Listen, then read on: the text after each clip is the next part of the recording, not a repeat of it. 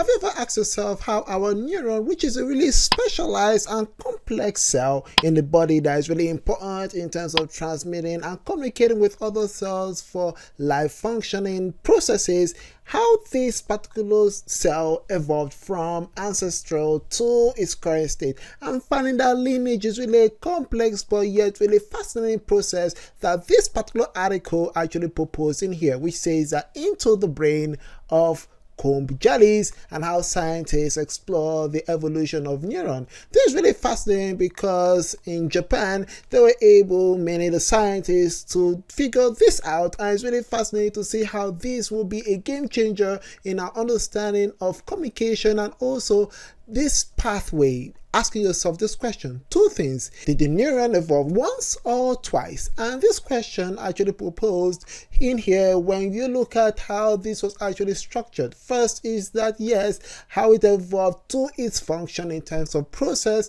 and transmitting information. Then this particular part here where the scientists actually were trying to figure out the messenger molecule that is really crucial for this in terms of how cell communicate with another cell. And this is really important because you're looking at the ancestral nervous system level. And so this particular article, which was published under the Nature, Eco and Evolution, actually looked at two particular lineages.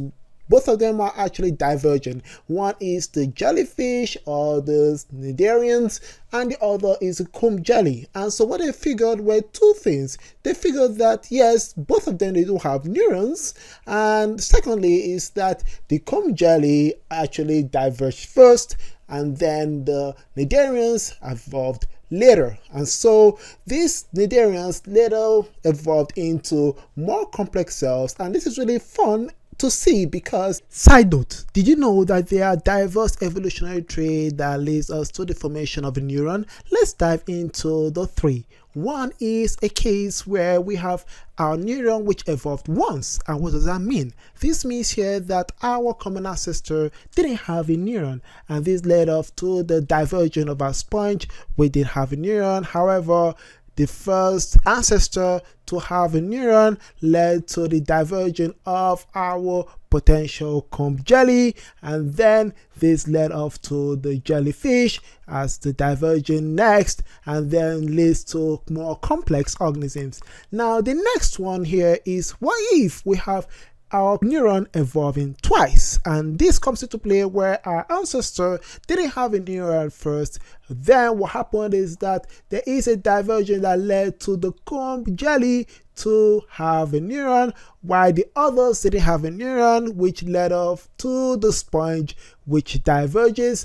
And next here is our potential formation of a new neuron, where we're going from a protein based to a more chemical transmitting neuron, and this leads to the divergence of our jellyfish and further to more complex organisms. And finally, the part where it evolves twice. However, there's an interesting twist here, and this twist here is our common ancestor indeed have a simple neural system, and this led to the divergence of our comb jelly, which formed a type of neuron that is really fascinating to have a protein-based transmitting medium. And then there is the other species having that simple neural system, but then some of them lost the neuron ability, which led to the formation of the sponge, which is quite weird. But we're going to look at another organism that actually lost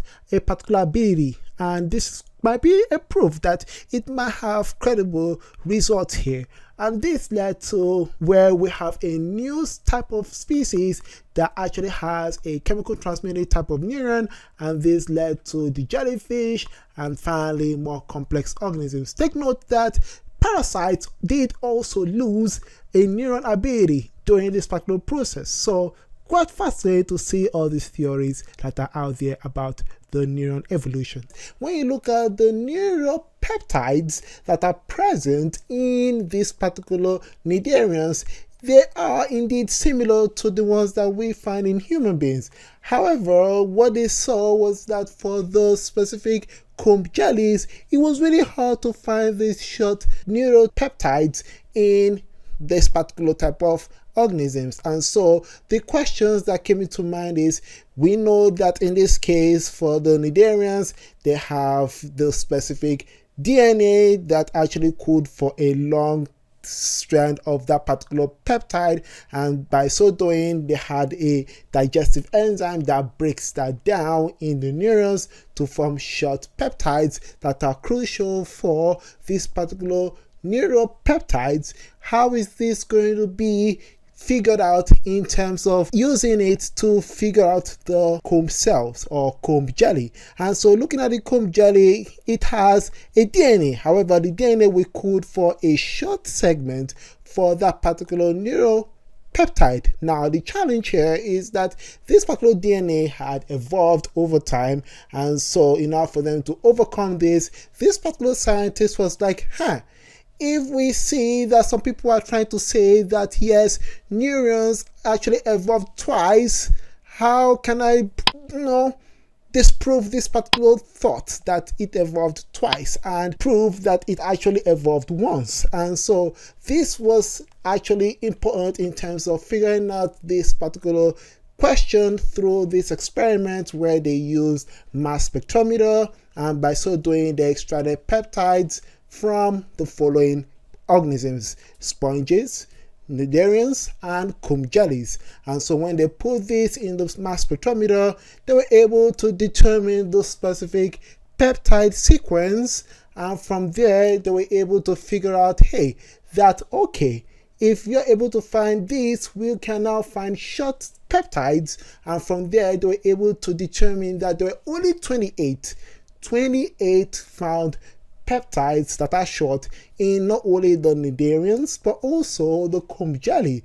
And so when they had that, they had to get the amino acid sequence, and from there be able to determine other interesting things about this particular messenger neuropeptides that are the short sequences of the peptide. So what they did and they found was that for the comb jelly, only one neuropeptide was found in the classic neuron, which is of course found in the classic neuron. And this is really important because this neuropeptide is responsible for nutrients which are extended out of cells. However, this one neuropeptide is also found in cells without nutrients, and these nutrients that are not found in those cells are actually early neuroendocrine cells. And this is really crucial because this particular type of cells, they receive signals from neurons and they release hormones, which is similar to our endocrine system in our body. So in this particular process here,